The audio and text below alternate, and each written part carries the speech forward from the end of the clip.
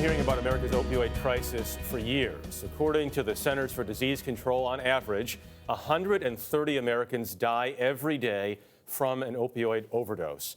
An explosive new Netflix documentary series shows how a Louisiana pharmacist was forced to face the crisis head-on and reveal some stunning facts about its origins. Jamie Wax is here with this story. Jamie, good morning. Good morning, Jeff. The Pharmacist profiles Louisiana father Dan Schneider. He was one of the first to discover and battle what we now know as the opioid crisis, after a tragic personal loss made him determined to help others. He gave us exclusive access to a story now riveting viewers across the nation. I really felt like I had no other choice. I had to find my son's killer. Driven. When Dan Schneider's son, Danny Jr., was murdered in an area rife with crime and an apparent crack deal in 1999, his sense of helplessness sent him searching for answers. But you know he didn't want this to happen. He was a good-natured kid. He surely wasn't Daddy blaming himself, and I know him. The incredible true story of Schneider's tenacious hunt for justice and the discoveries he later made are the subject of the new Netflix documentary series, The Pharmacist. I'm Dan Schneider, and I'm a pharmacist. I guess some people would call me obsessive, if you want to call it that. In other news, a St. Bernard family is on a campaign for justice. Schneider traveled again and again from his home in Louisiana's St. Bernard Parish to the lower 9th Ward of New Orleans, at the time arguably the most dangerous neighborhood in the country, begging for help in finding his son's killer. This man is surely going to get killed if he keeps walking around this neighborhood asking questions. Oh, definitely, because I thought that was a great recipe for him to get killed. Reverend Terrence Reed ran a rehabilitation program at a church in the area. And I thought we had a great program, and I thought we can help families, and I was crazy. I thought I can change the world. And I met someone else that thought the same thing, and I saw in his mindset that he had this conviction that nothing wasn't going to stop. If I would have said no, he was going back out there anyway. Elder Reed said, you know, Mr. Schneider, we'll walk the streets with you. We'll go house to house, and we'll let you ask the questions, and we'll be there with you. It gave me some credibility. Not only gave me safety, but some of the people who saw black people walking with me bought into it.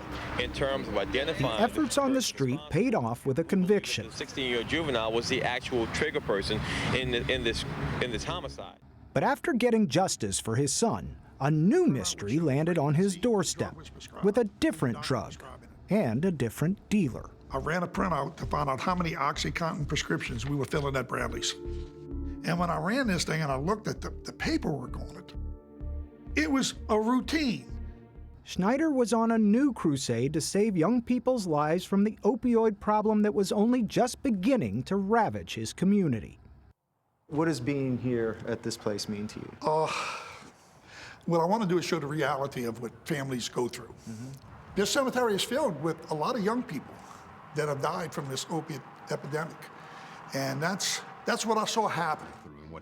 Some longtime friends of Schneider's are also featured in the series, including former St. Bernard Parish Sheriff Jack Stevens and prominent Louisiana lawyer Walter Leger.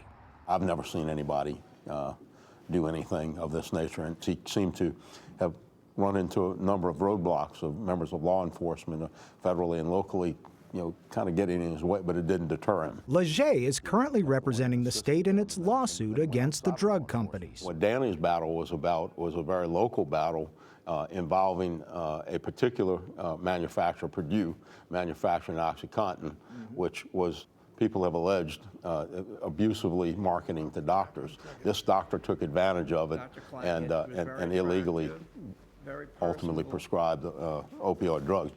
Schneider's relentless campaign to shut down Dr. Jacqueline Cleggett's operation using his own recordings and surveillance footage was ultimately successful.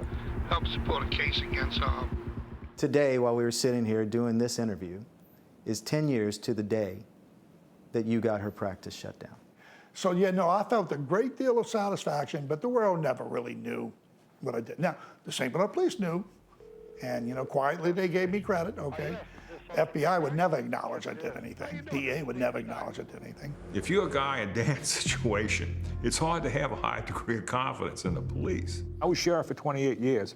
I can't tell you that I saved one life, but I can tell you this. I know Dan Snyder saved hundreds, if not thousands of lives. Schneider's wife, Annie, says her late son would be grateful for his father's fight. What do you think Danny would think of all this that's happening right now? I think he would really be proud of his daddy that to go forward with his mission that he wanted to do and help other people that have problems with drugs and get into like rehab and educate the people, educate parents and children in schools. The Netflix series is bringing a whole new level of attention and recognition to Schneider, and that's okay with him, as long as it helps him shine a light on the real and continuing issue. And now I have a spotlight, if you want to call it, light. It's all about light and hope. Tunnel of hope. Are you through the tunnel?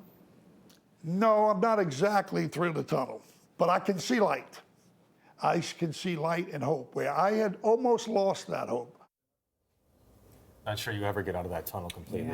He's brought a lot of light and hope to a lot of people with his story, for Yeah, a lot of people were shedding light. A lot of the feds were going in and shutting down these pill mills, but they were doing it in African-American communities, and now we're seeing sort of like in the suburban areas where it was needed as well. Yeah. And you know, really, after he was 10 years ahead of everyone. Yes, he saw it. He knew it in these kids' eyes. He said he saw his son in the eyes of these young people who were coming and putting these prescriptions across his desk. And as that sheriff said, saved hundreds, if not thousands, of lives. Incredible. Great story, Jamie. Thanks. Thanks, Jamie.